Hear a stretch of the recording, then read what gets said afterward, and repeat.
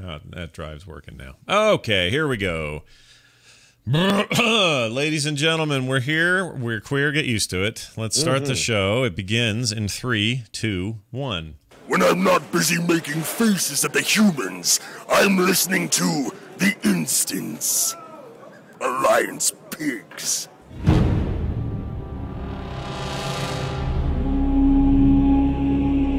You're listening to The Instance.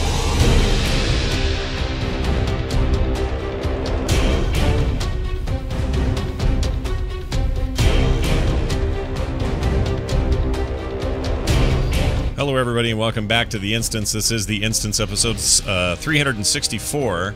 Today's Friday, May 2nd, 2014. My name is Scott Johnson. I'm joined by Dills.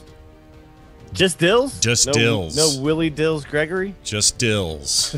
All right. Come on, just man. Just Dills, everybody. Yeah. Terpster's not with us. He's in we're going to say he's at work. That's what we're going to say. He's working hard, man. I already kind of blew money. what he was really doing, but it's actually a real reason. So he's out. So the guy for legitimate reasons, everybody. The guy who called in and says Terpster talks too much. Well, this week you'll have a nice reprieve. He will talk zero. Yeah, it's gonna be amazing. That's good to have you back. How you doing? It's 364 episodes. We've almost reached the calendar year. That's crazy. Can you believe that? One more, and it's one episode per day for an entire year. Wow. So somebody could go back. Yeah. I think somebody should do this. Do the Instance Challenge. One episode a day. Yeah. Although, can you even get like the first 100-something episodes? I think there's a bunch of them missing. Like you can't. Yeah. They're there, but they don't download or something. That's like a consistent email we get. Is like, where's the first 170 episodes? I know. Because I want to go back and listen to everything. The problem is, we're an 8-year-old show, and we had a lot of. The way I used to do things isn't the way I do them now, and so there've been host changes and file changes, and none of that stuff's in the same place anymore. And I don't know. At some point, I just need to go back, dig it all up, and assemble something. But it seems daunting, dude. Geology, yeah. Ugh, that sounds awful. I'd rather do dailies. I always have these projects like this. We have this in the MGA where we're like, we got to go back. And we got to have detailed records and statistics since the inception of the MGA. Yeah. Like who has the highest career earnings and who's won the most top 10s and all this stuff. And then every time we think about actually doing it, it's like, well, that's just a bunch of spreadsheet work that I really don't want to do right now. Hey, may as well play Eve or something if you're going to do that. That's right. Yeah. Get some ISK. Instead we go golfing. And by the way, congrats to the Eve folks on their big events happening right now in Iceland, and all that stuff going on. We got a pretty good contingent of our guild mates who play that game. AIEU? Yeah, they're all into that. They got earn an ISK and taking down freighters, and I don't know what you do in that game. Fly around, do stuff. You fight other ships, and when you lose a ship, it's like devastating. I don't know. Your entire bank account is closed. Things that happen in that game still to this day just confound me. Like I keep hearing about it. It's like, such and such corporation lost 58,000 real dollars today in an attack on their something ships, and I hear that and go, what have we done? What are we doing? That doesn't seem good at all. That seems really bad in a video game. Have you ever tried to watch like a stream of it or a video of Eve? Yeah, some of the big battle stuff I've tried to. If you don't play, it doesn't make any sense. No. I'm just like, okay. I'm sure this is exciting. Something I'm sure about for it. You guys, this is incredibly exciting. But for me, it's just a bunch of stuff I have no idea what's happening. Right, and I always do this thing where they'll release a trailer or they'll put out a new something, and I'll watch it and I'll get all excited about it because I love the look of it. I've always loved the look of Eve. Everything about cool. the sound, the look, the feel, that stuff is totally up my alley. So I see that stuff and go, ooh, maybe I'll pick that up again, and I'll grab it on Steam or something, and I'll play maybe, I don't know, few hours and just go, what is this? What am I doing in here?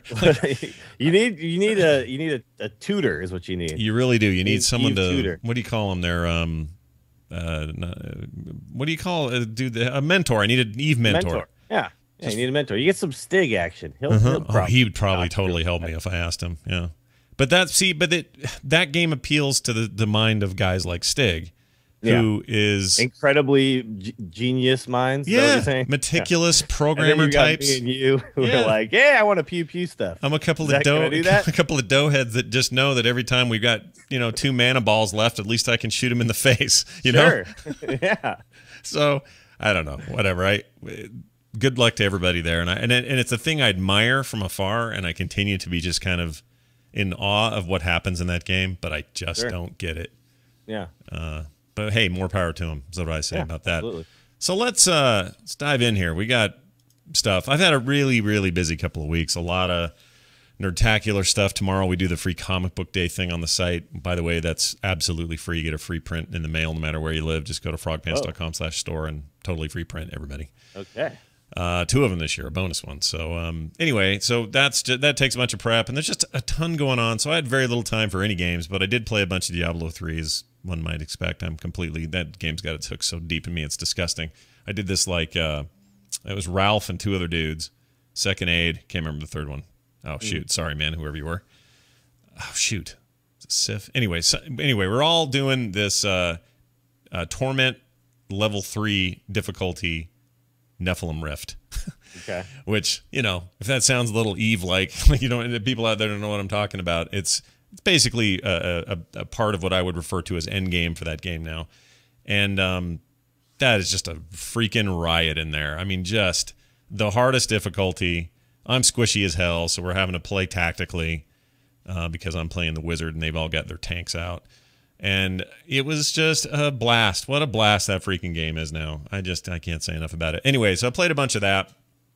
And just feeling like WoW's still in kind of limbo mode for me until I get some new content. And I don't know why I feel that way. I know you've kind of been back digging in, doing old LFRs and stuff. I mean, tell me what you've been up to before I get to this Christy Golden thing. Because I mean, you know what I'm talking about, though. There's that... No, I have the same feeling, honestly. Like it's you have to really like at this point in an expansion when you know the next one, the final boss has already come and gone. We're not seeing another boss. You really have to kind of make goals for yourself in the game, and then those will force you to attempt to achieve them. I don't know. It's that's a little rough.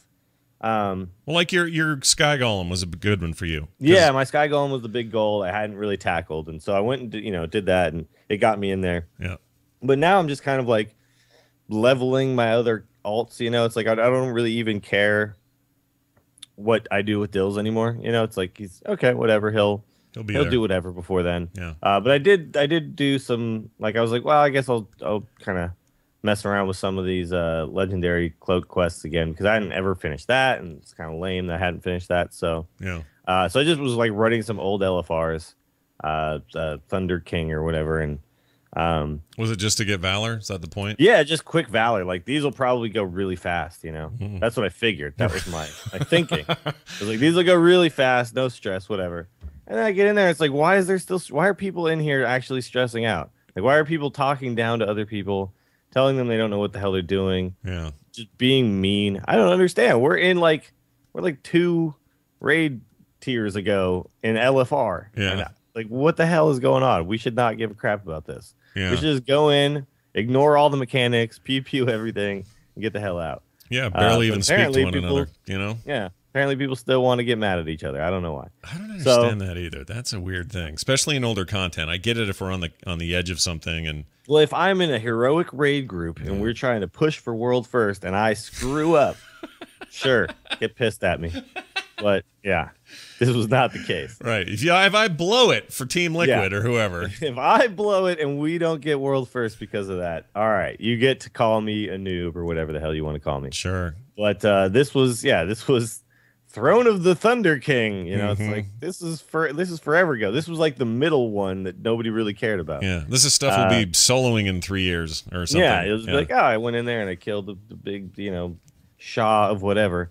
But like the thing is that it just pissed me off, and I was like, you know what? I'm going back to PvP because I expect the stress, and the stress is my own, and it's fine. Yeah, no. Yeah, there's a certain expectation for smack talk, for the team who's losing to be pissy, like in a weird way. You know what you're signing up for there. Yeah. I feel like in I LFR you know shouldn't. someone's going to tell me to stop fighting on the road when I'm just, running down the road and somebody engages me. Yeah. It's like, oh, you noob fighting on the road. Well, I would die if I didn't stop and fight this guy. Yeah. But there's a level of stress in PvP that is welcomed because you've kind of mentally prepared yourself for it. Yeah. You're worried about people killing you. And then when you do like an old LFR, you expect to like just raffle stomp everything, right? Yeah. It was just bizarre to me that it was still like that in like old LFRs. So, it didn't really. In the end, it wasn't like I had. Was your goal accomplished? Were you getting the Valor hand over fist? Was that the point?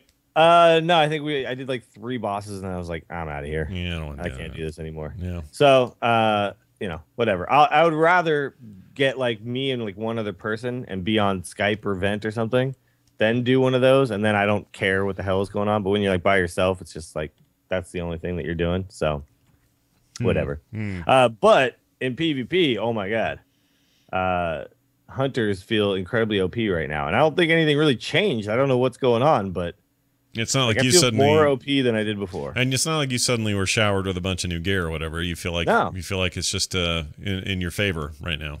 Yeah, like I just feel like in like a one-on-one situation, maybe a monk when they pop that stupid thing of OP-ness, like maybe that can get me, because like there's a weird thing monks do where they pop it and then like all the damage you do like it does to you or something.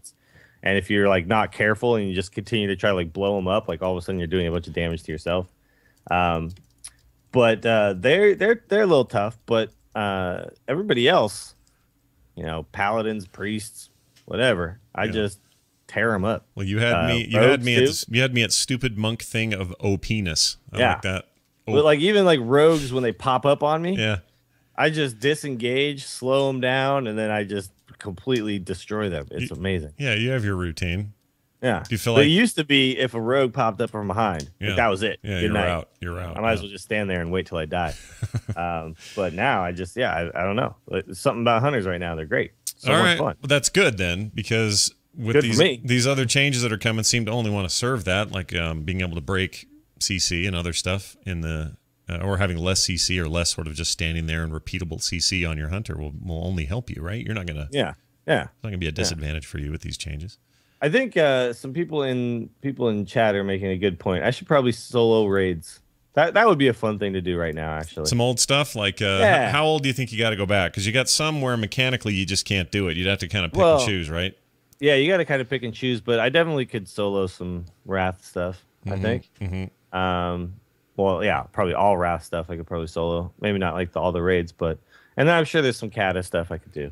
Yeah. But I don't know. I think that would be fun, and that would be challenging. It would give me a reason to try to get some better gear, to make sure that I could do that a little better. So yeah, I don't know. That might be a new goal for myself. We'll see. I'm still, I know none of this is probably even underway, but I'm still arguing for some kind of. I mean, it reminded me while I was playing it yesterday, but some kind of adventure mode style gameplay applied to WoW, and I feel like the Timeless Isle was kind of an attempt at part of that. A piece of that was accomplished there, but this idea that I can roll in some random content with 4 of my friends and end up with some pretty good gear at the end of it, and have that be just kind of randomized and different every time is better than trying to go do a preset old raid or deal with the LFR problem. Or I just say there's something to that. I don't, and who knows? They do tend to steal from each other. These teams at Blizzard, they put their ideas in each other's games, and a lot of I would argue that the skill system and the way cooldowns work and some other stuff in Diablo were lifted right out of WoW anyway. So why not pull the other direction? Is all I'm getting at. Yeah, that's a good point. I would do that right now. Though, that like an adventure mode would have to be like. I think the tougher thing though is that the way Diablo works is, the maps can kind of just be created on the fly pretty easily. Yeah, that's true. And it is all it's totally random. WoW is tough. I agree. I do think though, if you could, you wouldn't really have to do much in the way of. I mean, just create a big kind of open area map, whatever. But then the encounters and what those encounters do would be randomized. I think that would still work. Yeah, you could plug in and out, several different mechanics, and Yeah. and then you wouldn't really know what combination of mechanics this boss had. Yeah. And then you'd be fighting it, and you'd be like, "Oh my god, he's summoning ads." Yeah, which is cool. And if you're good, Yeah. if you've done this enough, you're going to recognize what it looks like when he's going to go into some kind of whirlwind, or when he's going to lob fireballs. That'd be really cool, I think. Actually, yeah. I just feel like I would be more engaged with where I'm at in the game at this particular part of the expansion cycle. I'd be more engaged to play than I am now. Well, another cool thing about that would be if you could tailor it to like groups of 2, 3, 4, like not just always 5. Yeah. And then you could just pop in there with just your single buddy and potentially get gear that is helpful. Well, sure. I mean, if anything, flex raid is a reflection again of an old Diablo trick, which is adjusting real-time adjustment of difficulty on the fly depending on who is in the team. So when I hop in and it's just me and Ralph, and then 2 more guys join, immediately you hear, someone has joined my party, but my enemies, my foes go stronger, whatever. Mm-hmm. Yeah. That's what flex rating is. I mean, they've done the same thing there. So I just think there's a way to do it. And I know some players are like, we're trying to put your Diablo in my WoW or whatever, but I still argue there's something there for them to lift and use. Yeah. See, it's what, can you explain to me something about Diablo real quick? Yeah. What are you actually trying to get your gear for? So that game is interesting, right? So in the sense, so in WoW, you want to gear up for content that requires you to be a certain item level, right? So you can then compete there, and then you want to get that gear. I can't kill Garrosh until I've got enough gear. Right. So once you've got that gear, then you can fight him, and then as you fight him and then you fight stuff leading up to him and his wings and stuff, you're going to end up with gear that will help you better fight him. And then eventually enough gear that you have him on farm so that you're now getting whatever he's dropping in terms of, currencies, special stones, whatever they're happen to be doing for that raid content, and whatever top tier gear you want, the gear set you want to get out of that guy. So that's kind of your gear progression. Cool, you want to, all that stuff. So I get that. It really isn't all that different in Diablo. The process is maybe a little bit different, but I mean, Diablo has like lots of ways to play, like WoW does. You can get in and play it kind of casually if you want to, and just kind of beat the game and see the story, and that could be the limit of what you want to do. There's others who want to go to the furthest lengths possible to get the very best sets of gear there are in the game possible. Just to have them? Just to have them. But if you think about it, that's kind of what WoW's letting you do anyway. In other words, but I mean, like for me, it's always been about like I know my personally, I like to get the gear because again, then I go, okay, I'm now strong enough to, and you see that in raids where it's like, okay, everybody go do this because we're close. We just all need a little bit more gear, and then we can push past. Well, there's definitely that stuff too. So the difficulty slider in the game lets you bump stuff up and do higher levels. So somebody the other day posted a video of somebody beating Torment 6 level difficulty, which is, I'm not kidding here, ungodly insane difficulty level, beating a rift in like 3.5 minutes or some crazy thing. So not unlike WoW where people do a raid tier in record time or whatever. There's a lot of that going on, but there's also a lot of weird stuff dropping. Like yesterday I got a totem and it was from this boss and it's super rare, but if I can find the other totem it goes with, I can then have my jewel crafter guy for about 2 million gold can craft me like the ultimate endgame ring thing. So there's like that kind of stuff going on all the time where like, man, I know it's like a 1 in a million chance, but I may get that drop in here. Okay. And it's got it going to the point right now where I am absolutely obsessed with the gear grind in that game. First of all, I don't feel like it's grindy. Second of all, but in a way, like the raid tiers are like these torment tiers. Like, so I can't do the next tier of torment until I get some gear here in this one. That's a really good point. And one really awesome legendary orange drop could make the difference for you to jump up a tier or two. All right, I'll buy that. It feels to me sometimes like people are just like playing and playing and playing, and then like stop getting more gear, more new gear, more new gear. There is some of that to it, yes. But there are also some answers to that question, which is why. Now, at some point, do you just clear everything out and you've got the best of everything, and what else are you going to do? Sure. Yeah. But then you're back to, let's get that Crusader up to 70. That's supposed to take incredibly long. Yeah, plus you got Paragon points, which you're now tweaking out your character to be, the most tweaked out thing ever. So that combined with whatever your builds are going to be, and then people are theory crafting what are the best builds, and you know, how to get one particular piece of gear will make it so you never spend an ounce of mana again, and how is that even possible? And you know, so people are always on the hunt for these crazy combos and the ultimate stuff. And then transmog's in there now, so you can transmog all your gear to be whatever you want it to be, and you can dye your armor and like all that stuff. Some of that stuff we always wished it was in WoW is in there. And I don't want to, you know, play this up to be the same kind of experience. It's not an MMO. It's not meant to be. Yeah. But I really like those pieces of it with this expansion, and as those pieces become more and more clear to me in terms of their long-term value, the more and more I'd like to see them in WoW. Yeah, or some of them, just some ideas. You know, see, to me, it always just felt like in WoW, like there was a legitimate goal. Like if I killed Lich King, right, with you guys, right, I felt like I achieved the goal. Great night that night. And the only real reason that I went back in and did it again is because other people wanted to, you know, go in again, and I just wanted to hang out with my friends. At that point, I didn't really care about getting more gear. Right. Maybe there was like some trinket I really wanted or something just because it did something cool.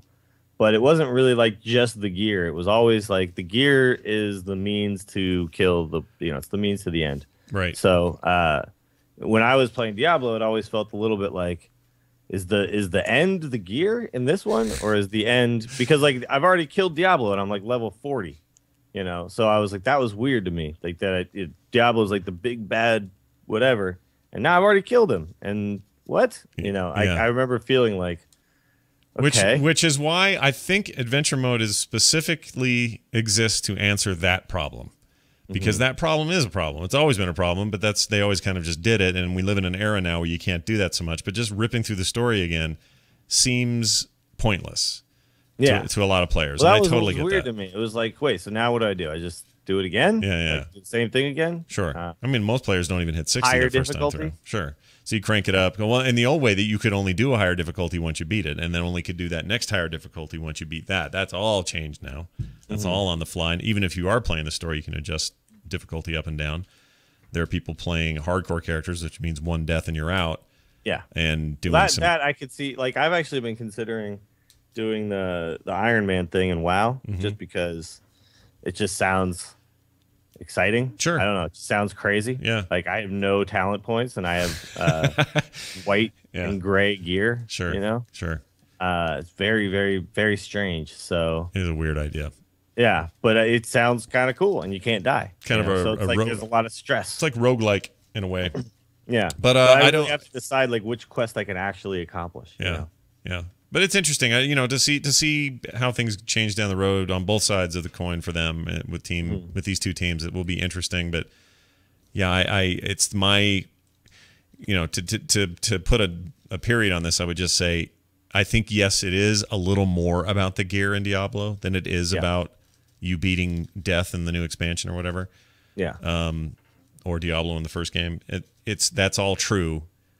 There's definitely a bigger emphasis on that. Like we are now working toward better gear, but they are doing it in so many better ways. Diablo is like he doesn't even matter anymore, right? Like well, he matters in that he's, well, I don't want to spoil anything, but he still matters. But it's not like you're like, oh, we got a new raid boss with Diablo, and it's not like that. Because it felt to me like, you know, you get the epic cinematic. He killed Diablo. Yeah. He falls all the way through heaven. Right. Pretty sweet. Yeah, it was pretty awesome. And then I was like, that was cool. And it's like, all right, go do some more stuff. And I was like, wait, what? Why? Yeah. I was like, I just did. I saved it. I saved the world, man. It wasn't a good system the first time out. I hate to say it, but it was fine in 2001 when, you know, Diablo 2 was doing the same thing. But we are in 2014, and I'll tell you, times have changed. Reaper of Souls is really the ultimate patch ever. I mean, it just fixed it. No, I mean, I you know, I'm not like talking down on Diablo. It's just, I guess, you know, for someone who always played Diablo kind of as just like, I'll just go in and click my mouse a bunch of times. Like I never really got too into the whole minutia of it. Sure. It's just a little bit weird to me when I was like, well, what am I fighting for now? Yeah. Whose side are you on, man? What? Yeah. What the hell? Everyone I know is evil or like, or now they're mortal again. So whatever, like, so what the hell am I doing here? Yeah, what are you doing? Well, I can tell you this. Tune in this weekend for a brand new Diablo show starring Scott Johnson. We'll talk more about it. You'll explain all of this. Yes, I will. It's time for some news here. Big news of the week. DoghouseSystems.com is sponsoring the big news of the week, where you can go and get a brand new gaming rig with some cool custom art on the side. Ooh, you guys just got to go see what they got there for options. It's awesome. And you can use Henry as your code at checkout for double the memory. There's never been a better time to get a brand new rig. And if you're worried about your model, the new models in WoW showing up right on your current computer, go get this one, and you won't even blink. It'll all be perfect. That and so much more runs great on there. Go check them out. That's DoghouseSystems.com. All right, Flying and Draenor get some serious down and dirty talk in the forums. A couple of big posts from Blues. Bashiok had a bunch of stuff to say. We'll get into all of that as little or as much as we want, but here is the essence of it, and this is the most recent post. They ask the proverbial question, will flight be available at some point in Warlords? And this just keeps coming up. I don't know why it keeps coming up. Just to remind everybody, it first came up in our show at BlizzCon. Just want to remind everyone. That was a fine day. Good day. Okay. Being perfectly honest, they say, we don't know when it will be available. Yeah. In the same way, we have no idea what the gearing model for the final tier of the expansion could be. That makes people nervous because they act like it won't be till the end. Because it's going to be based on testing and playing and seeing how the expansion plays out up to that point being when they add it. We're open and willing to change the game as we go to make it the best it can be. We don't know because we are open to feedback and making changes based on that feedback. That's an interesting answer. Up till now, it's kind of just been, well, we don't just want people dropping in and dropping out. And you pulled up that big Bashiok post, yeah, which got into a little bit more detail, a lot more detail actually. And part of it, well, tell me what you told me earlier. You feel like there may be a role-playing reason or a very significant gameplay reason why they're withholding this. It feels to me like there's a little bit of an RP kind of feel that they want back that doesn't exist currently with the way people fly. Because one of the examples used was if you're going to kill the other faction's leaders, right? And is it fun to just fly in there, swoop in from above, enter the throne room, kill them, mount up, get the hell out? Like it's just like this quick strike in and out. Yeah. That kind of feels like that almost feels like a tactical military strike or something, you know? Mm-hmm. Whereas like they wanted it to feel like an old school, Dungeons and Dragons type of experience where you're like, okay, I enter in from the front gate and I see two guards to the left and right of me. I engage the left one and then, I trap the right one and then we tussle for a while. Like it's like they want you to actually have to do some stuff, right? Like I can see that. You have to stop and you have to plan out how you're going to approach this and how you're going to get in there and how you're going to, sneak past all these other guards and get in there and kill this guy. And right now it's, swoop on him, like wait for mobs to clear. And then like, oh, there's a pack going by. I wait for that. Okay, now it's gone. Swoop in, kill him. Yeah. Swoop out. Yeah. So maybe they're trying to recapture vanilla WoW in a way. I mean, to an extent. I don't know if it's necessarily like just specifically vanilla WoW, but it's definitely just the feeling of having to try and having to be good at the game because you have to be good at the game to do something rather than I just have this thing that allows me to fly wherever the hell I want. And I totally get that, and I think that makes sense. I don't know if I want there to never be flying in Draenor because it's also really satisfying to pop my my sky golem out, soar into the air and fly around looking for rare mobs to kill and stuff like that. Here's the problem. This game right now, so I'm going to take the viewpoint of somebody out there because I'm actually kind of not all that worked up about it because I think it'll play out and end up being the best it can be for the game and they'll put in whatever makes the most sense. So I've got faith in it on that level. But to look at it through the eyes of somebody who says, well, no, don't take away flying. Part of the problem is, yes, you want to create kind of this immersive RP experience, put the fantasy back in your game a little bit, right? Mm-hmm. But you know what that means. What it means is, let's use your example. I came through the front gate, and to my right and left were guards, right? Yeah. Well, in this game, it means tab, do your rotation, kill him, go loot him, or even wait and then go kill the other guy. Now loot them both. You loot them once, I guess, because now it's all area loot. And you get the loot, and you check, oh, I got a little gold. Okay, you're going down the hall again. Oh, my friend called. I'm going to take that call real quick and sit. Oh, did I not take? You know, you're doing what you do in WoW to do all of these things. It isn't like you were just presented with a brand new version of Skyrim where everything's a mystery and you don't really know what the mechanics are going to work out to be, and you're not going to enter a cave not knowing what to do or where things might be, or that something might trigger a trap or any of these things. I mean, they can go to some lengths to create all of that, but I feel like because people kind of know what's on the menu, they don't want to be told they can't jump straight to the main course. No, absolutely. And I think this really comes from, you know, having something for so long and then having it be taken away. It's if this was never there in the first place, no one would give a crap. But the fact is, we've all been doing this for so long.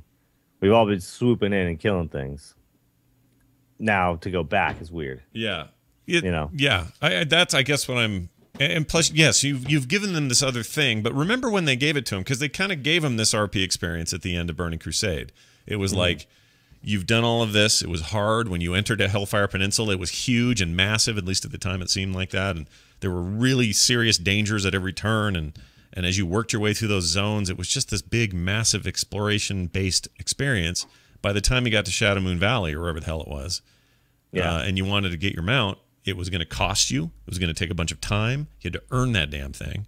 And then when you got it, when money still kind of mattered in the game, it was a huge accomplishment.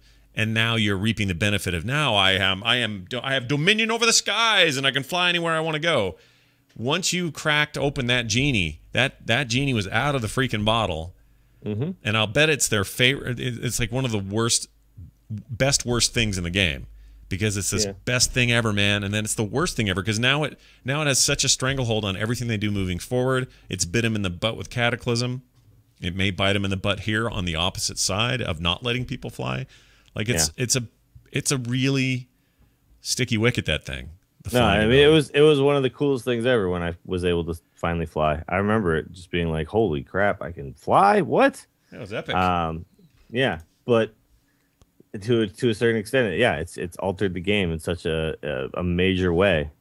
And, you know, there has been some things lost, and you know, some of the things lost were like, I don't know what the hell is actually on the ground between me and this thing. Right. I have no idea. So I never run across the ground to get there. Which is why, again, maybe why I keep arguing. So I just realized something. I'm probably arguing more for randomization in the game because of the unexpected nature of randomization. Because you know when you enter that gate how this is all going to go down. And once you've done it once or read it on ThoughtBot or something else, I guess no one's using ThoughtBot anymore. ThoughtBot. Wowhead. So let's say somebody read about it on Wowhead and they go, oh, yeah, okay, I know exactly where to go, who to talk to, what to do, what mobs I can avoid. That trash doesn't even have to get touched or whatever. Don't aggro these guys. Once you know that, then it's just this rote thing that's always in the same place. And who cares? The RP experience is out the door anyway. Now it's just a pain to get there because you can't fly. Well, if the game could introduce randomization-based content, then you'd never know. And I know that's hard to balance, and it's not that simple, and there's a lot to that. But the idea that I would have to essentially have a new adventure every time I wanted to go accomplish something is enough to make that feeling feel more real, feel more whatever, and the flying thing is less of a problem. Otherwise, what you're doing is you're saying, well, now I know exactly what's going to happen here. Let me just get to the main course. I've had that appetizer 5,000 times. I don't need it anymore. I actually do this quite often where I just try something for the first time without ever looking it up. Yeah. And then if I die a few times, then I go to Alakazam, and then I figure it out. Well, at some point you got to, right? Alakazam, did you say? Holy crap. Whatever happened to them? Oh, my God. Yeah. Kazam. Sorry, I had to bring up some. I'm gonna look that up real quick. That ThoughtBot bomb that you just dropped on us. Oh my gosh, they're not even listed in the first page of Google results. Yeah. Oh. Well, anyway. It's probably gone completely. Weird. Yeah. There's a Pokemon called Alakazam that's highly featured in Google results, but the Alakazam.com is apparently not a thing of the past. Yeah, it's gone. Anyway, that makes me sad. Because they were a big deal. Remember them? Now. They were a big deal at the time. Oh yeah, that was my go-to spot. Yeah, it's now. And then now it's, you know. Oh my gosh, you should see the if you go put alakazam.com in, you should see the domain roulette that happens. Holy crap! Yeah, it ended up putting me at something called zoosk.com, which is some discover why 25 million singles use Zoosk.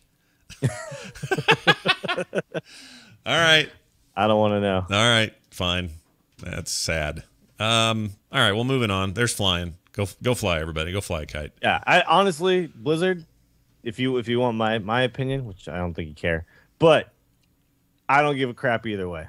However you feel it works best, I'm in. Let's go. Yeah. Yeah. Well, it's because we're fanboys and we blindly go in. Oh yeah. It's because of the paychecks. Yeah. But no, it's true. If they don't give us flying, I'm sure that I'm going to enjoy what I'm seeing from the ground. And if they do give us flying, I'm sure I'm going to enjoy popping my sky golem and running up in the air. And if we hate it, we'll tell you. Okay. Yeah. And at that point, I'll make a decision. But this is not a make or break situation for me. No. Some people seem to feel that way. Well, and Blizzard keeps feeling the heat from that and having to do these giant posts. And I feel bad about that because I feel like it should have been put to bed a while ago. But part of the problem with putting it to bed is they still don't have a definitive answer of what they plan to do. And I think these posts are there to address that. Yeah.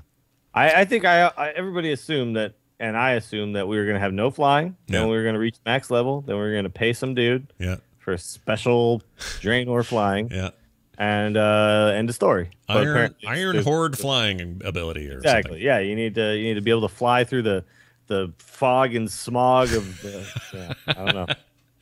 Well, they're making a lot of armor and cutting a lot of trees down, and it's that's true. Lots of smog out there, man. It's like L.A. Yeah, it's real bad. Yeah, you wonder why.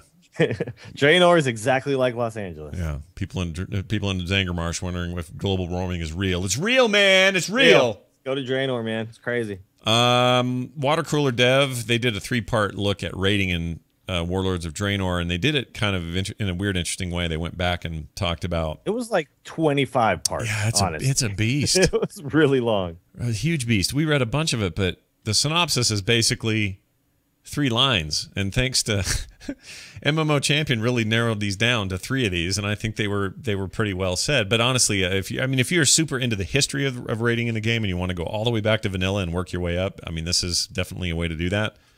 I don't know why you would, especially if you were there. I guess if you want to get a history of it and you're new to the game and you're interested in the history of rating and how it's evolving, I think this is really just their way of saying, here's some context for how it was in very detailed, ways. And then here's how it's going to be. And I think that context is meant to help with some hard changes, maybe, or some things people don't expect, or some of this group finding stuff that they're changing and implementing they're kind of big deals. Well, they really don't want to make people feel like they have to do all of the rating, which is how it's felt for a long time. Yeah. Since the addition of if you remember Tournament of Champions, right? Like, oh Lord, yeah. How could I forget? How much stone did I get for that goblin bastard? Right?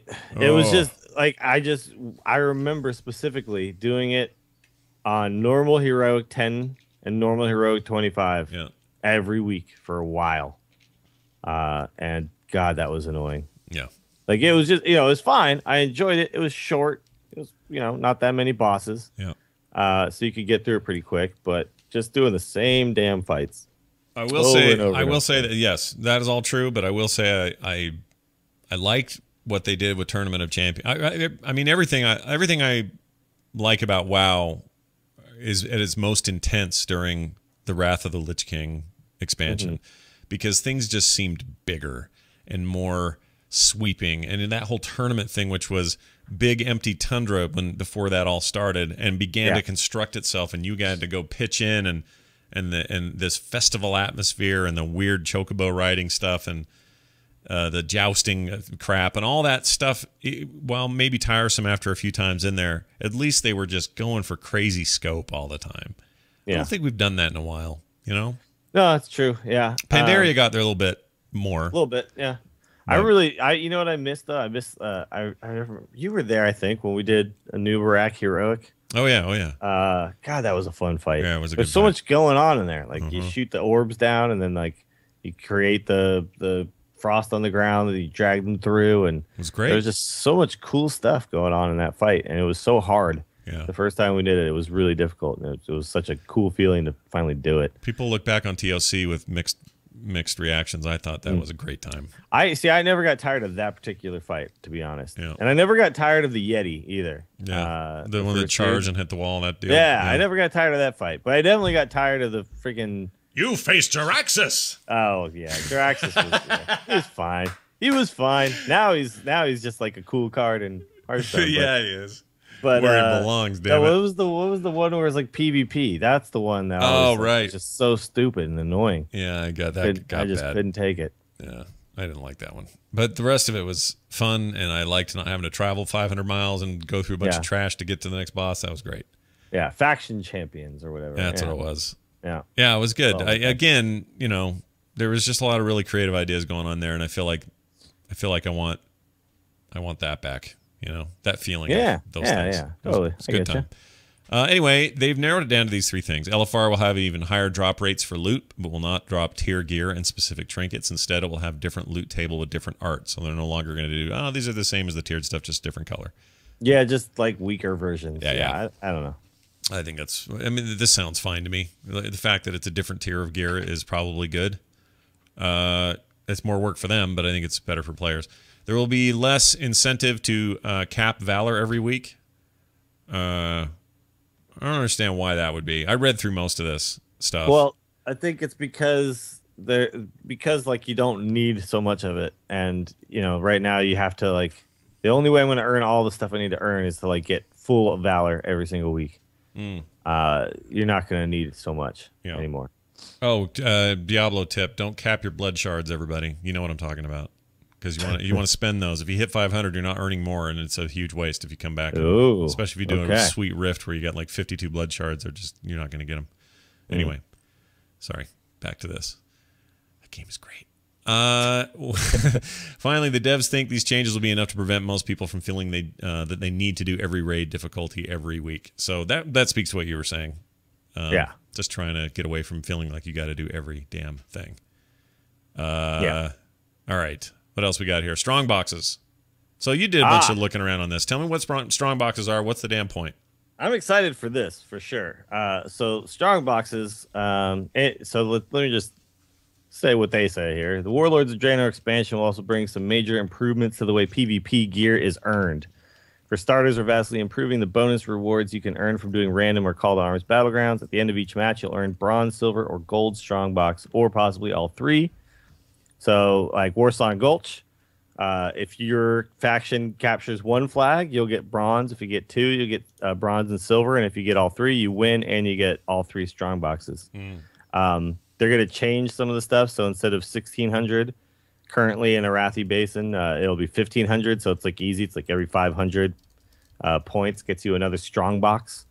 And basically inside the strong boxes could be honor, conquest, or possibly gear. You can actually get like a piece of gear. Well, that's cool.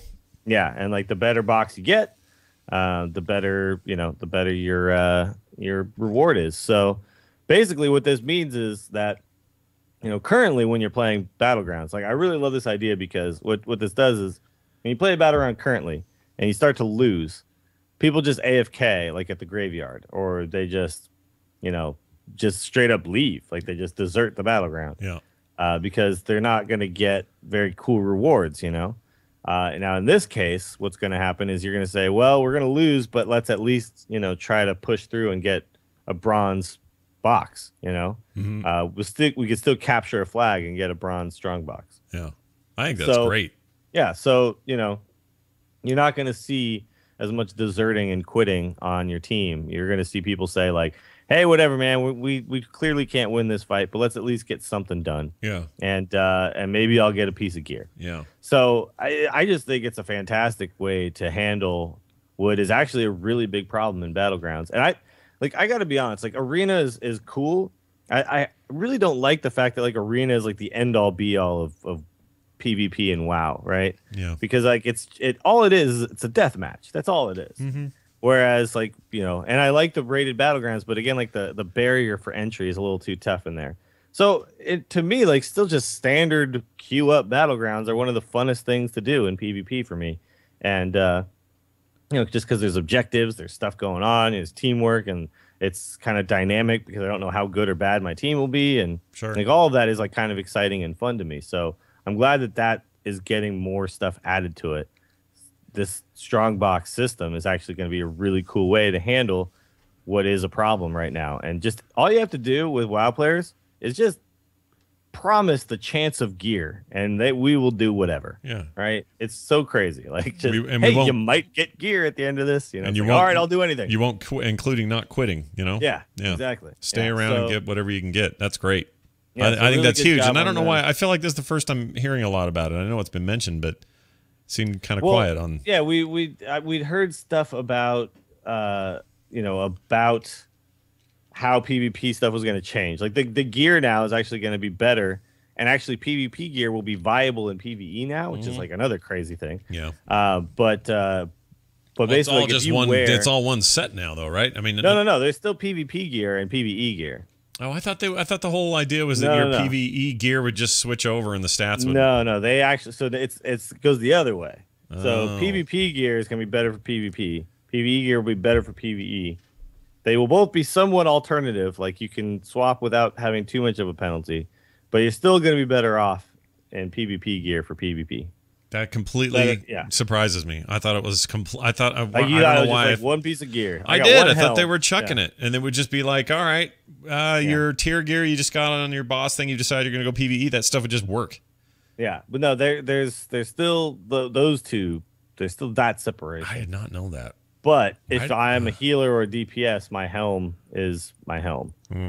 That's where it just swaps back and forth. Right. But the PvP stuff has a higher item level so that you can't. And then basically what it does is it drops down the other way. And so if you're in PvP gear and you're like out questing, and then somebody tries to gank you, you're in PvP gear, and so you have suddenly it swaps into now you're in PvP stats. So it's actually kind of interesting. So you'll still have PvP gear and PvE gear, but you won't have to change depending on what spec you do for each thing. Yeah. Still much simpler. Because right now I have to have a healing PvP set and a DPS PvP set and a healing PvE set and a DPS PvE set. Like, it's a little bit crazy right now. Yeah. If I'm like a druid or something, I don't know why I had it in my head that it was one set fits all. Well, at BlizzCon, they kind of just made it seem like one set of gear is everything, and that's kind of what. That's probably why. I think that's what I got from that. Yeah. But if you read like some of this stuff, like it's very clear that those two sets are still separated and they have to be, honestly, because what's the friggin' point? Yeah. Where do I go to earn my gear? Do I do it in PvE? Yeah. Well, then what am I doing in PvP? That's a valid point. Like if I'm going to PvP, like I need to be earning that gear. If I'm going to PvE, I need to be earning that gear. Like they're so separated. You can't really just like give out the same gear for both. So. All right. Well, that's interesting. Strong boxes, man. It's the future. Actually, I think it's a really good idea. It's a really, really good idea. Yeah, it's so frustrating when your team just gives up, and you're just like, okay, well, I guess I give up too then. All right. It does seem like a thing that they would have figured out a long time ago, though. Yeah. Like that seems real obvious to me, but. But this is an elegant solution to it, and it's tough to come up with those. I guess so, and implement it right and have it all feel right and everything. Yeah. But I mean, I've been losing a lot of matches in Call of Duty or Hawken or 1,000 other shooters for the last 8 years, and those give me XP and perks even when I lose. It may not be as much as the winners, but I've always had a reason to stay. You know what I mean? The fact that they have not had a compelling reason to stay till now, or more compelling reason, let's say, is kind of mind-boggling. The reason before was you would get penalized. You wouldn't be able to enter a BG for 15 minutes. Yeah. And that's clearly not enough. It's the difference between, hey, kid, clean your room or you're grounded versus, hey, kid, clean your room and I'll take you golfing later. Yeah. The thing is, it's like, yeah, exactly. It's rather than penalizing, you're incentivizing. Yes, and that's what better way to go. I meant to say. That was much better the way you said it. Like clean your room or I hit you in the face, or clean your room and I give you a cookie. Or in my case, for some reason, I'm taking him to play golf, which is golf. Weird... That's what every little kid wants. Right. Yeah. They all want to play golf. I incorporated corporal punishment into mine. But, of course you did. That's you. Well, see, I don't have kids, so I assume you guys all hit them. Oh, every time. That's yeah. Oh, you didn't finish your oatmeal. Bap. Yeah, right up the side of the head. Right there on the head. Yeah. Sadly, some people do. Let's see. Have you seen this new firey mechanical mount they put on Twitter? It's pretty sweet. It's pretty sweet looking. Yeah. There's not much more to know about where you'll get it or how you'll earn it or any of that. But I like how they said can be used best when they can be used with friends. Yeah. So, but it doesn't look like 2 people can fit on this thing. Probably so I'm wondering what the hell that means. Who knows? I don't know either. They're real hinty about it. My guess is on the store. That's my guess. This looks like a store one. Yeah. With this whole coming soon thing, I don't know. Yeah, I could be wrong. Know, like this is really cool, but something about the friends thing makes me think this is some sort of a recruit a friend type of reward. Or something like best when they can be used with friends. Not that's a like it's some sort of a social something is going to earn you this mount. Yeah, I think you're right. That's what I'm guessing. Yep, I'd be. Yeah, I'm putting my money where your mouth is right now. I like the gold chains coming out of the mouth there. Yeah, dude. Pretty sweet looking. Like a Run DMC horse. Yeah. Let's see. He's got Adidas on with no laces. Wow. Amazing. Cool. Yeah. My Adidas. All right. Only 3 weeks remain for the filming of the World of Warcraft movie before it wraps. I guess just Warcraft movie. I keep calling it World of Warcraft movie. Production hell begins. This according to a tweet by Duncan Jones. So 3 weeks left to principal filming, and they're out. That's crazy. Empire Magazine had some photos of some shots of him filming some scenes. And there was a rumor floating around that something was going on up there where I can't remember what the deal was. Somebody famous was on this. I can't remember what the deal is. But anyway, there's been a lot of talk about what's happening. But for the most part, they've kept it kind of secret. There aren't a lot of like leaked photos of sets or outdoor stuff or any of that. There's that one photo, and that photo was like not that exciting. No, which one? Him? That's like his back, and he's just looking his back, and then you see like the monitors, and you can see they're clearly like 2 kind of peasant-looking people. Yeah, but I'm sure they're not peasants. They're dressed very peasant-like. Yeah, and they're clearly in Stormwind. Yes, like, that's all I could tell. Or some city of note. It's hard to say. But I mean, just the stone and everything. Very Alliance, right? It was Stormwind. Yeah.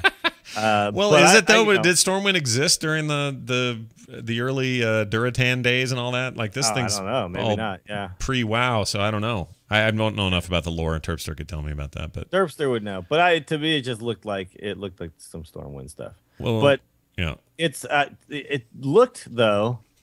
It looks like the throne room in Stormwind to me. Like it looks like a big circular room.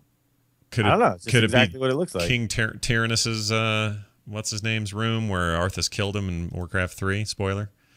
I don't know. Could be. I don't know. The whole timeline. The timeline is lost on me, to be honest. Yeah. I don't know where things started to begin with that. So you could see though that it looks like a Stormwind guard behind this one guy. So yeah. And like you could see, you see him standing there. He's got like all the kind of gold-plated armor and all that stuff. Does he yell for Stormwind? Yes. Okay. Yes. When you slap him down.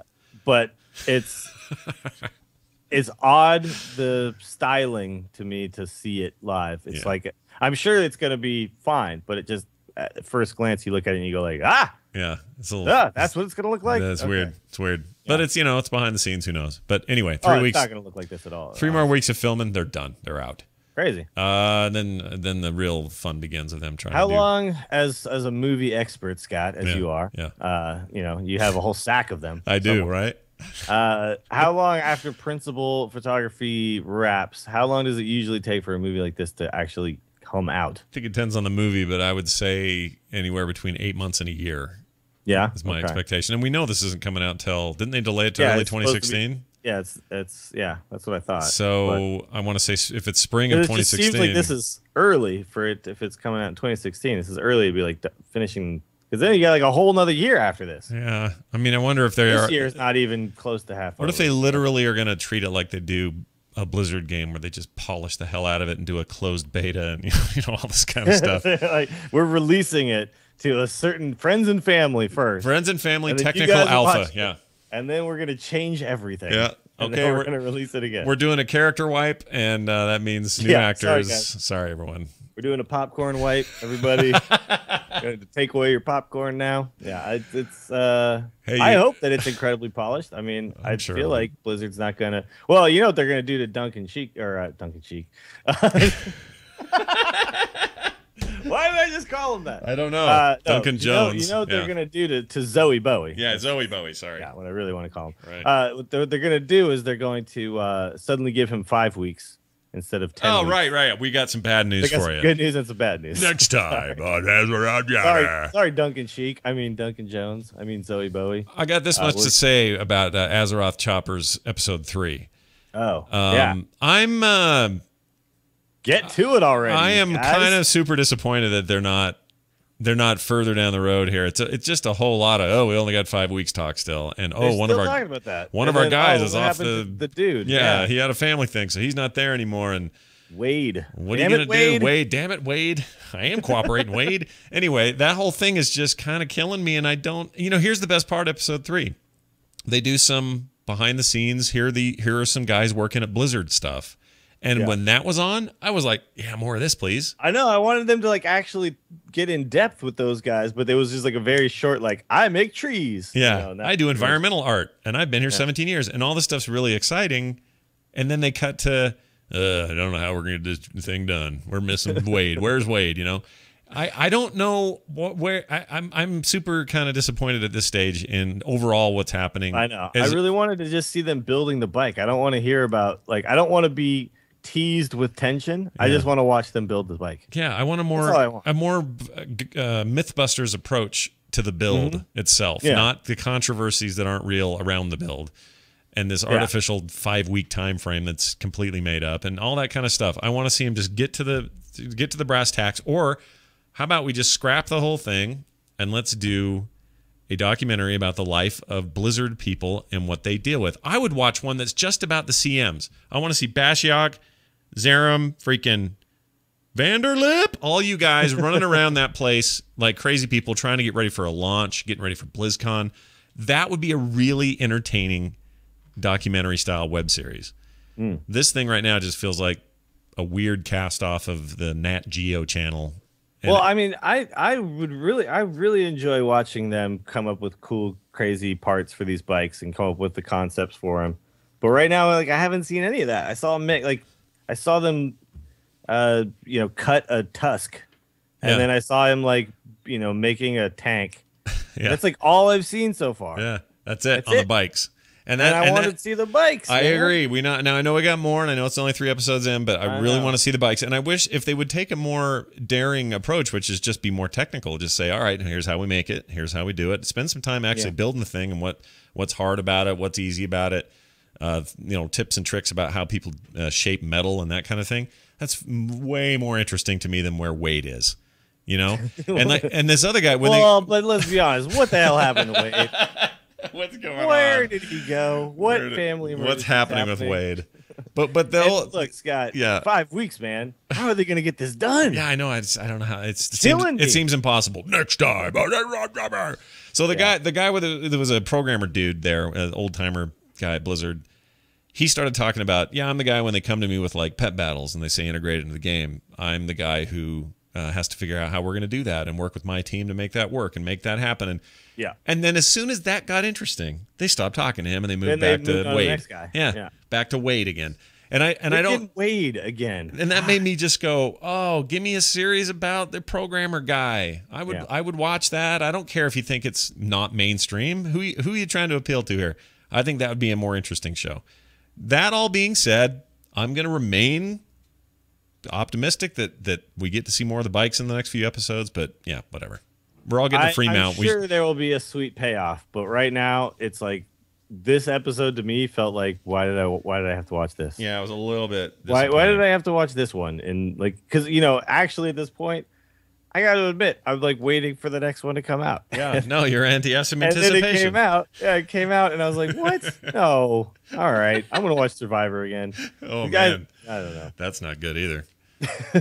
For some reason Survivor actually interests me just because I like to watch people stab each other in the back for some reason. I don't know. I've always said there's one key ingredient to any kind of good watchable reality TV, and that is humiliation. If there's humiliation involved somehow, you got a show that will do well. And maybe the Azeroth Choppers thing is just not humiliating enough. I don't know. Yeah, maybe. Well, see if they delved more into Wade, maybe we'd have something. Yeah. But come on, Wade. Let's have Wade turn out to be some kind of psycho or something, and then you're Oh, in. man, what if Wade comes back at the end and he's in, like, full-on Garrosh gear with, like, a giant battle axe? That would be amazing. That would be great. We're like, oh, God, Wade's back. Cyborg Wade. Yeah. That's brilliant. Then, Paul Jr. has to tank and, It's a good idea.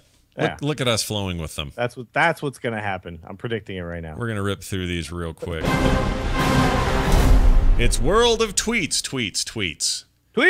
I got one from Celestalon. He answered a question, which class do you personally feel had needed the biggest revamp and why? Hard to decipher from a long list. He says, seems pretty definitive here. Mistweavers, definitely. Talked about it a lot in their section. So apparently, I don't know a lot about how Mistweavers play, but apparently they need a revamp. I don't see a lot of.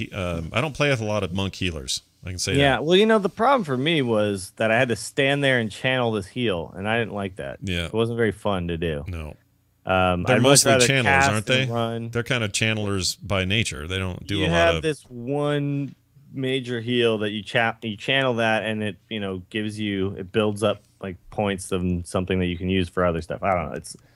I didn't play high enough to know really, but I just felt like I was standing around a lot shooting green mist at people, and I wanted to be like running around doing stuff, So totally understand. Maybe that's why. Yeah. Maybe that's why it's on the blog there to get changed. Next one came to Watcher Dev, who answered this question. Any word on what the Reforged mount will become? Thanks. He says the leading contender is Transmog. So there you go. Okay.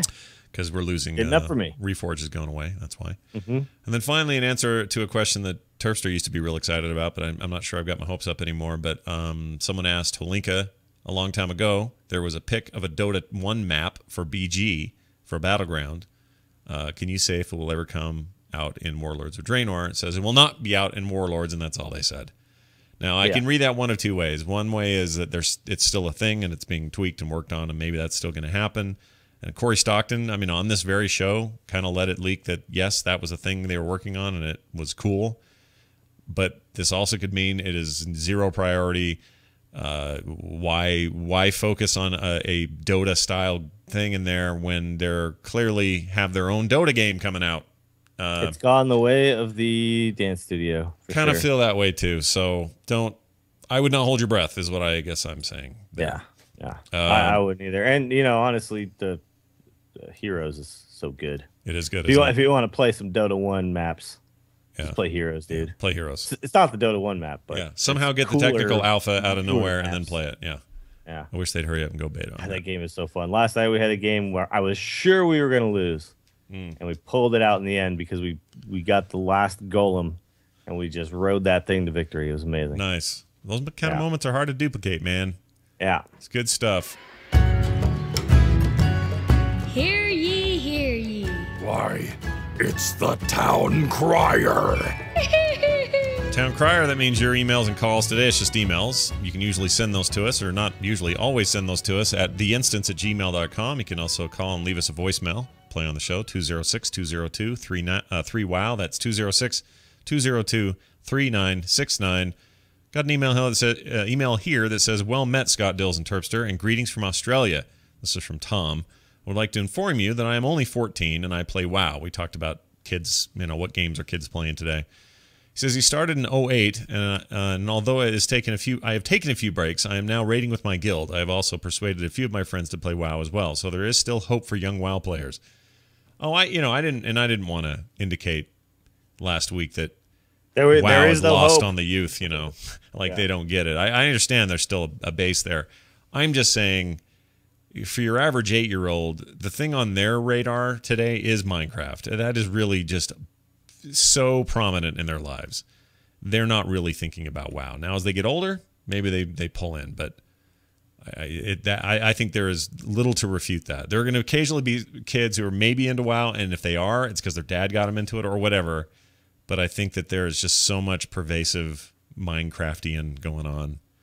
Well, it's just hard to get around. It's more popular with kids, but there's still plenty of kids playing WoW. And this kid sounded like he started when he was 8 years old. So yeah, that's true. Yeah. So he's a veteran at this point. There's still hope, everybody. Yeah. Well, then again, I think there's a lot of kids who pick up WoW because it's still an awesome game, and it's a game that's like pervasive and a lot of people know about it. And again, like I think the stigma of WoW player has kind of disappeared. It's not looked at as a totally nerdy thing as much as it used to be, even though it still pretty much is. Yeah. We're all nerds, but sure, why not?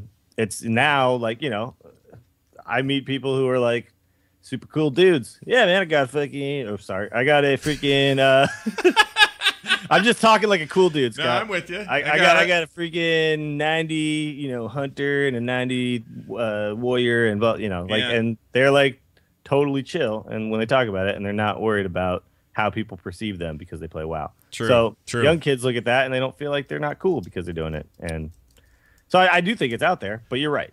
Minecraft bigger. Well, I would Bigger make this point that this kid, if he started playing in 2008, that was a year before Minecraft even came out. So that's true. So he's on the edge of that, right? So kids who are 8 now, they're the ones I wonder about. That's the stuff. But then again, okay, let's jump ahead 5 years. What the hell are we doing in 5 years? I don't know. I don't know what we're doing in 5 years in this game or any other game for that matter. So things, you know, to say that there's a generation now who are hooked on Minecraft, what are they going to do in the future? Who knows? Blizzard maybe has that problem solved by then. And we all know this though; it'll have the word craft in it. Yeah, probably. I think it's a fair bet. Somehow the word craft is never going away. Barrett wrote in and says, "Hey guys, from the Draenor Alpha notes, hit and expertise were not fun stats. They acted to remove a penalty instead of making you stronger." Unquote. They also said, "Quote." We explored a few options, but ultimately landed on changing the core GCD for Mistweavers from 1 second to the standard 1.5, which you will be able to reduce with haste, unquote. Then he says, I don't disagree that hit and expertise were not that fun, but I don't mind seeing them go. But they did make you stronger by removing a penalty like haste does. How is stacking haste as a healer to lower the GCD penalty? Lower that GDC. The GDC, right? Yeah. The General Nutrition Gross Center. Domestic product. Oh yeah, it's an GNC. That's GDP, but whatever. Whatever. Penalty more fun than DPS class stacking hit and expertise to the cap. It's all numbers. And I think that for many of us, the fun is in the numbers. Just curious what your opinion is on of what makes some numbers fun for Blizzard and some not. Thanks, Barrett. I think this is an ever-changing target. Like there's no simple answer to like, well, you know, numbers are fun right now, but then next year they're not. Well, why are they not? Well, it's because Blizzard introduced 3 new systems and those changed fundamentally the way the games work, and now suddenly those numbers aren't fun. But these numbers weren't fun. Were they ever fun? They were never fun, right? I mean, I guess you could say maybe there was a point where it was tough to actually get to the hit and expertise cap. Yeah. Like it was actually, you know, I had to get a bunch of gear before I could get to the point where I could do this. So now I just reforge all my stuff until I'm always hit and expertise capped, like from the get-go. I'm good to go. Yeah. But what haste does that's fun is I'm casting things faster. That's just fun. So it's not just the numbers, it's how I feel as I'm playing. Everything feels faster. Yeah. Feels like I'm actually getting my spells out quick, and that is fun. That's not the same as you know, periodically as I'm shooting you in the face, one of them says miss. Right. You know, that is completely different than I'm now shooting you faster. I've already said the reason that existed, they were just trying to recreate a thing that existed in tabletop RPG. Yeah, dice rolling. Yeah, and that makes sense. That is fun in that thing because you're doing this little gamble and you're like, I don't know if this is going to happen or not.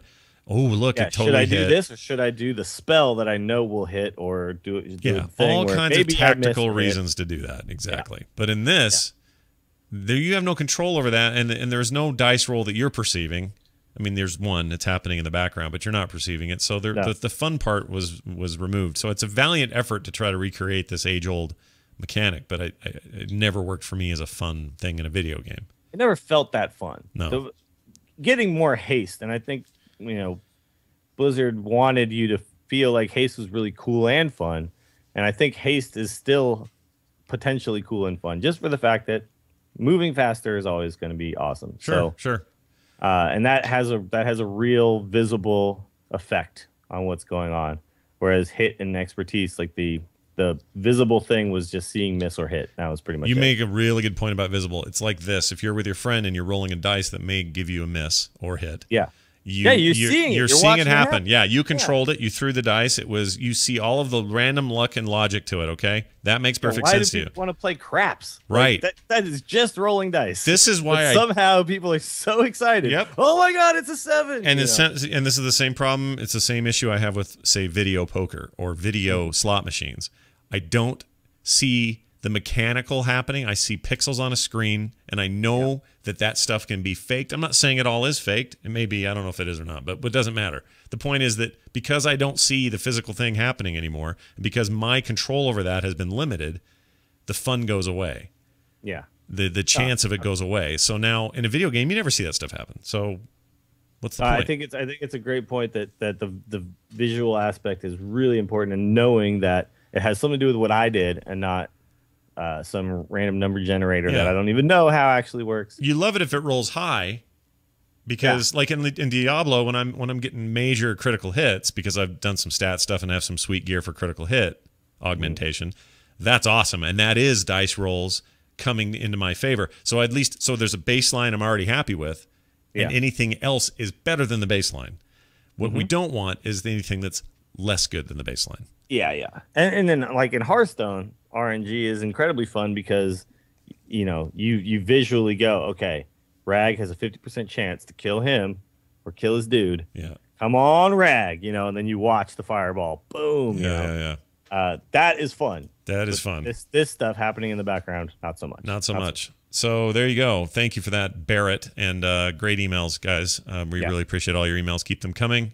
That's theinstance@gmail.com, and please do. It's going to do it for us. We're out. No drop of the week this week. Got nothing of real note. There is a 50% discount on the WoW Battle Chest plus expansion stuff till the 6th. And that's going away pretty soon, right? Yeah, so I think the 6th. Time to let me confirm. Time to drop her. Get off the pot. I think it is the 6th. Yes, it is 6th of May. That ends. So if you want to get in on that deal, now would be the time. It's gonna do it for us. Dills, how's how the other 2 shows going, man? What's going on over there? We're doing great. The Angry Chicken and Into the Nexus are both high up on the charts, and people seem to be enjoying them, and they're a lot of fun to talk about these games. Obviously, there's a lot going on in the world of Blizzard, and I feel like I'm very, very tuned into it all at this point because I'm covering 3/5 of it. Awesome. Honestly, yeah.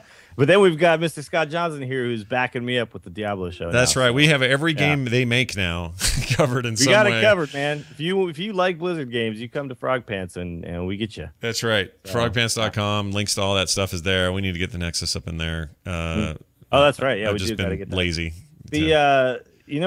What's really exciting about doing all these shows and having kind of your finger in all the different pies. It's like I know kind of what's happening in all the games. Is when it comes time for BlizzCon this year. Yeah, just everything is going to be amazing for me. It's going to be incredible.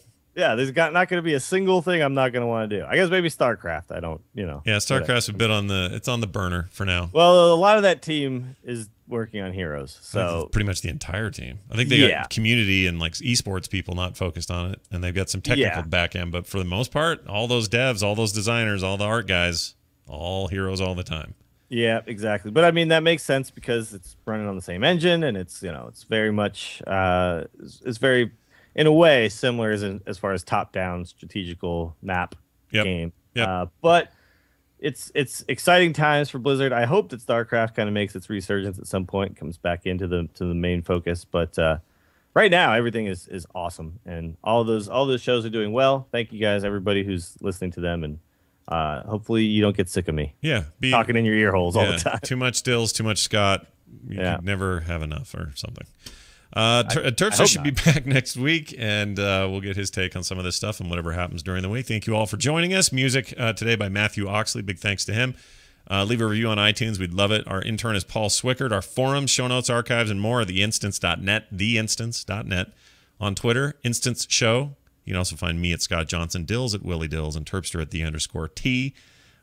More great shows just like this at frogpants.com. Go check it out. It's going to do it for us, for me, for Dills, and for the caretaking Terpster. We'll see you next time. Shout out to the guy who made the Dills of Sleeping song. Oh, yeah, that was great. Shout out. That was badass.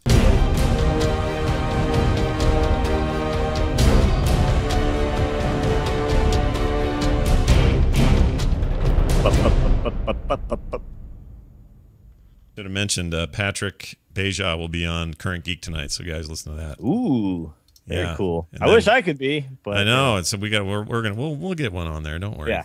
It's just as long as I have a little bit of time to just tell them, I'll leave a little early, guys. Yeah, we can totally do that. And also the week after that, I think Patrick's back again, but I think Greg Street's on next week. So yeah, watch for that. Greg Ghostcrawler Street from well, he's now at Riot, but he's coming on, man. And I think we're doing Frost Mage trivia.